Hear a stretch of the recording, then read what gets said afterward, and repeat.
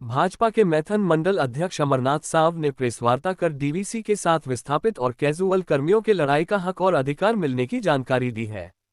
श्री साव ने प्रेसवार्ता में मीडिया को बताया कि डीवीसी मुख्यालय कोलकाता में ए गठबंधन एवं आजसू के गिरिडीह लोकसभा क्षेत्र के सांसद चंद्र प्रकाश चौधरी एवं दामोदर घाटी विस्थापित एवं स्थानीय समन्वय समिति के पदाधिकारी एवं सदस्य के साथ डीवीसी के अध्यक्ष ए सुरेश के साथ करीब 20 मुख्य बिंदुओं पर चर्चा हुई, जिसमें दामोदर घाटी निगम द्वारा स्थानीय ग्रामीणों का जमीन के बदले जो जमीन लिया गया था डीवीसी के सभी परियोजना के जमीन मालिकों के नाम से जल्द चढ़ाया जाएगा और इसके लिए डीवीसी के अध्यक्ष झारखंड सरकार के मुख्य सचिव से बातचीत करके इस कार्य को जल्द से जल्द पूरा करवाएंगे। साथ ही धनबाद जिला एवं जामताड़ा जिला के विस्थापित गाँव में चौमुखी विकास किया जाएगा।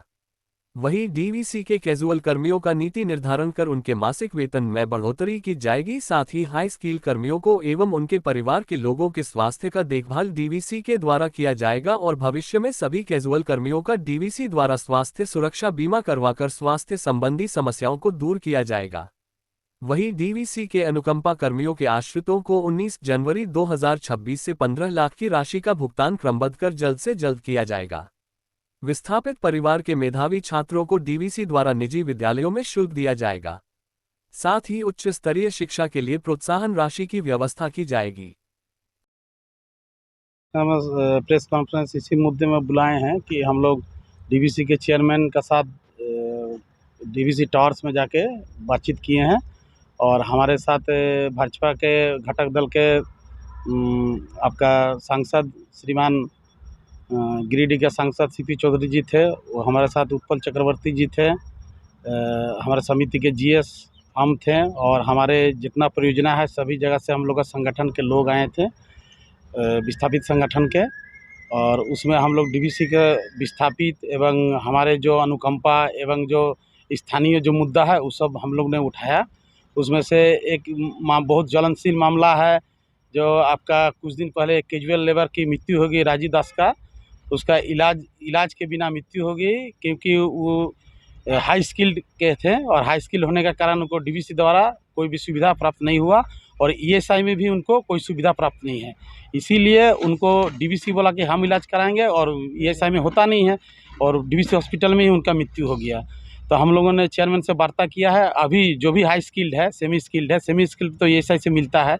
हाई स्किल्ड का अब जो भी खर्च होगा उसका डीवीसी अभी उठाएगी और बाद में उन लोग का विधिवत तरीके से इंश्योरेंस करा करके उन लोग के इंश्योरेंस द्वारा जो भी स्वास्थ्य सुविधा पारिवारिक दिया जाएगा। डीवीसी में कई एक हमारा जो ज़मीन के बदले ज़मीन जो विस्थापित दिए हैं वो वहाँ पर हम लोग ज़मीनी स्तर पे टोटली काम हम लोग का हो गया है, ज़मीन का मापी भी हो गया है।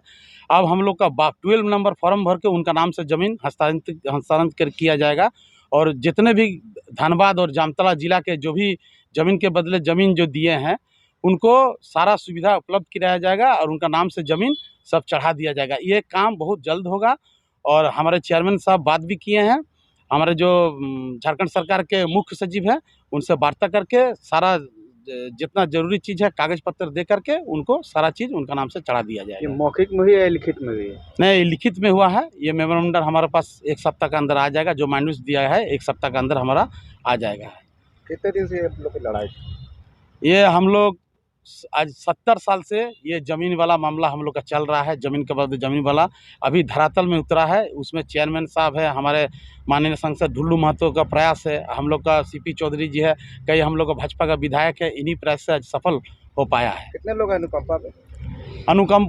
अनुकंपा में हम लोग का अभी मोटा मोटी 150 से 200 आदमी अभी मोटा मोटी लगभग बचे हुए हैं। 19 तारीख से उनका सारा पेमेंट का प्रक्रिया चालू हो जाएगा। लाइन बाय लाइन उनको पेमेंट कर दिया जाएगा। जो भी उनका सुविधा अभी तक मात्र 5-7 व्यक्तियों को किया गया पेमेंट, जो 15 लाख उनको मिलना है। 19 तारीख से धरातल में उतर के उनको सारा पेमेंट लाइन बाय लाइन कर दिया जाएगा। जल्द से जल्द कर दिया। लोग हैं विस्थापित? विस्थापित हमारे यहाँ पर तो मोटा मोटी